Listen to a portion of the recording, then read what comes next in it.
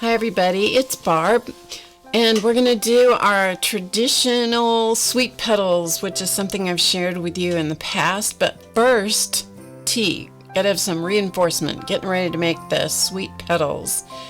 This is a traditional recipe that we've done in my family for a long time.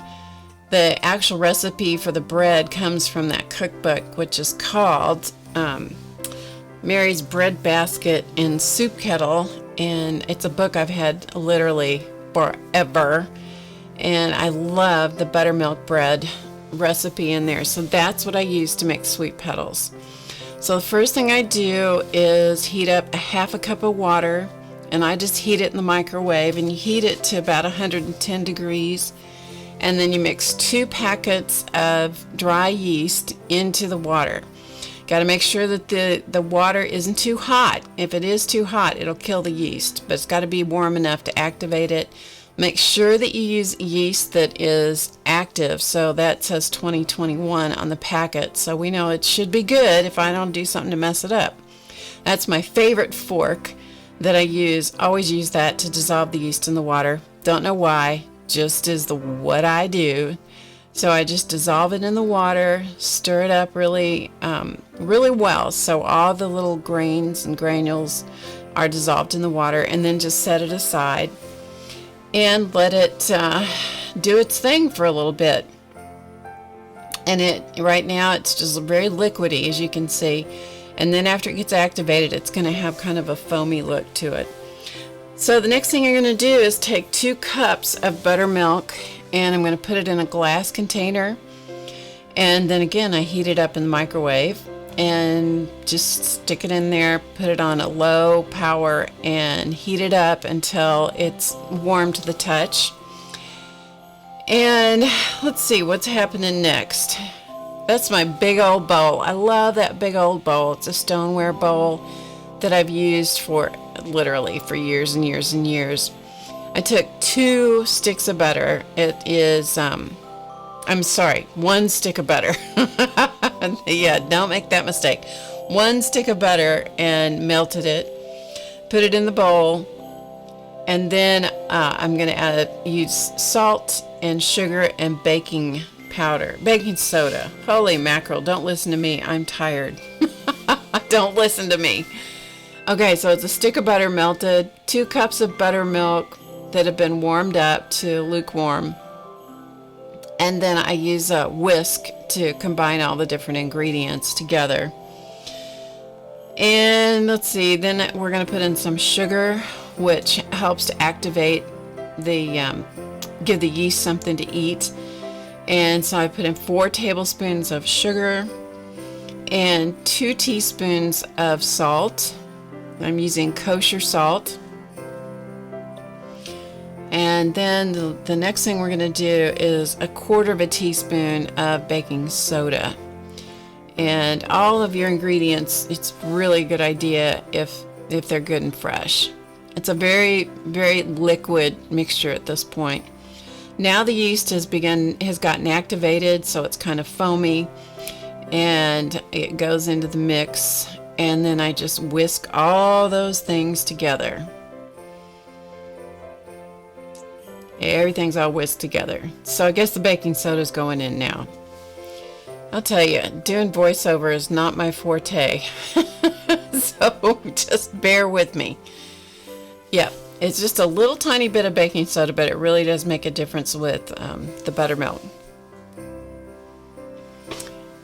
And let's see, now for the flour. So I have a little bit of 50-50 flour, which is 50 whole wheat and 50 white flour. So I'm going to use that up, and then I'm going to use the all-purpose unbleached flour for the rest of it. It takes somewhere between 6 and 9 cups of flour to do this bread recipe, and that is solely dependent upon the conditions of your house. Like, if your house is really dry or if it's really humid outside, it'll take different amounts of flour. It's just the way, bread is a funny thing to make. Sometimes it'll take 6 cups of flour, the next time it'll take 7, and then another time it might take 8, who knows. Anyway, so I mix in 1 cup of flour at a time, And sometimes I even go just a half a cup at a time and mix it in. And in the beginning, I can start with the whisk because it's so thin, the mixture's so thin that it mixes in really well with the whisk. So I'll do that until it starts clogging up the tines of the whisk, and once that happens, then you'll see. We have to make a switch. And every once in a while, you know, flour goes everywhere. You can see it on my shirt. It'll be on the counter. It'll be on the floor before it's over with, because that's just the nature of baking. So here you're going to see that it's clogging up. The mixture is too thick now, and it's clogging up my whisk, and so I'm going to clean that out with a spatula, and then we're going to go in with the wooden spoon. And Chance, one of the big fat Siamese sponsors, is thinking that I'm talking to him because I'm talking, and of course, who else would I talk to but him? So you'll hear him every once in a while putting in his 2 cents worth. So once this dough gets thick enough that I can no longer easily manage to put in more flour, then I'm going to put it on the counter, and I put small amounts at a time and begin kneading the dough into the flour. So there's probably a third of a cup of flour there on the counter at the moment. And I'm just going to dump the dough out and scrape it out, get every little bit out. And then that thing in my hand, my right hand, is called a bench scraper. And that just helps to pick up the dough and when it's so sticky in the beginning, and move it around. Now, the light, I'm recording this on my phone in my kitchen, obviously in the kitchen, because, you know, where else would I make bread? It's not going to be in the art studio now, is it? But the light is really bright, so my apologies for that. But yeah, I don't have my regular setup, so we're just going to make do with this situation, because after all, that's what we're doing. We're just making do and making sweet petals. So I'm going to knead this dough, and it's a good workout, and you just knead it and knead it and knead it. So you pull the dough over, and then you push it away with the heels of your hands, and you'll see that it's getting less and less sticky. And then here in the book, it tells you to punch the dough. If it pops right back, then you know you've kneaded it enough. So I'm going to show you right here, and you'll get to see it right there. See how it just rises right back? So it's all perfect. Yep, it's all perfect. It is ready for its proofing stage. So the next thing I'm going to do is butter that bowl. So I cleaned the bowl first of all, and then I put butter in it.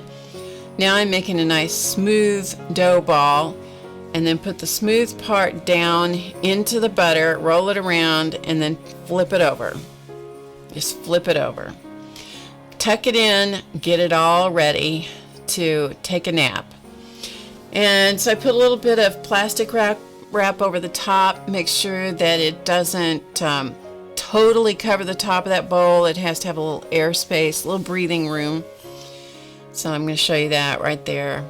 And then I cover it with a cloth, and then just set it aside in a warm area and let it rise until it's double. So you're going to see all of a sudden, through the magic of recording, blammo, there it is. It's all doubled. That's about an hour later that happens. And then you just peel the plastic off, kind of gently deflate the dough by scraping it away from the sides of the bowl.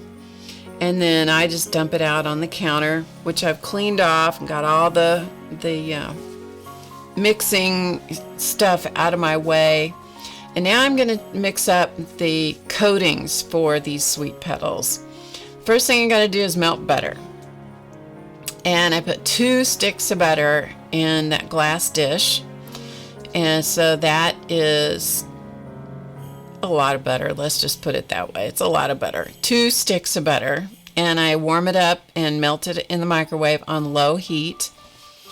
And then I use 3/4 of a cup of, the actual recipe is 1 stick of butter, 3/4 of a cup of sugar, and 1/4 of a cup of brown sugar and 2 teaspoons of cinnamon. That's the actual recipe, but that's never enough. So I'm just doubling it to start with and hoping I'm going to have enough.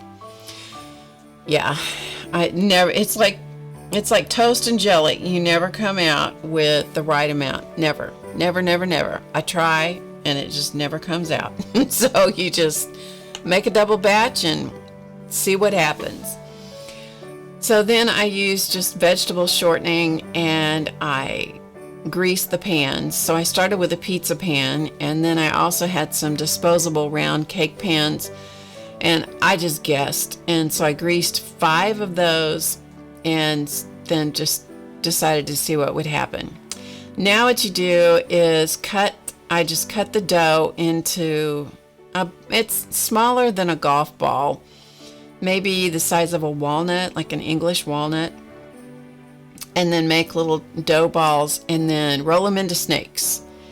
And if the dough is too sticky, then just pick up a little bit of flour. So I have a little bit of flour on the counter there. When my hands get too sticky, I put a little bit of flour on my fingers, but you don't want to over flour the dough at this point. And you just roll and roll and roll and roll until you have a whole bunch of snakes. So now I have the melted butter and the sugar mixture and my prepared pan. And so now it's time to start making sweet petals.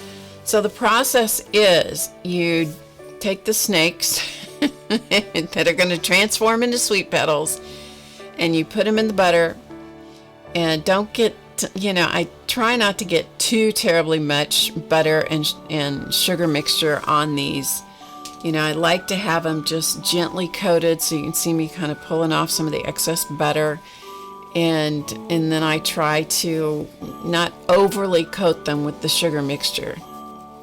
I don't know why I'm being picky about it, because it's the holidays, and yeah, it's, we're not going to save calories on this. Let's just face it.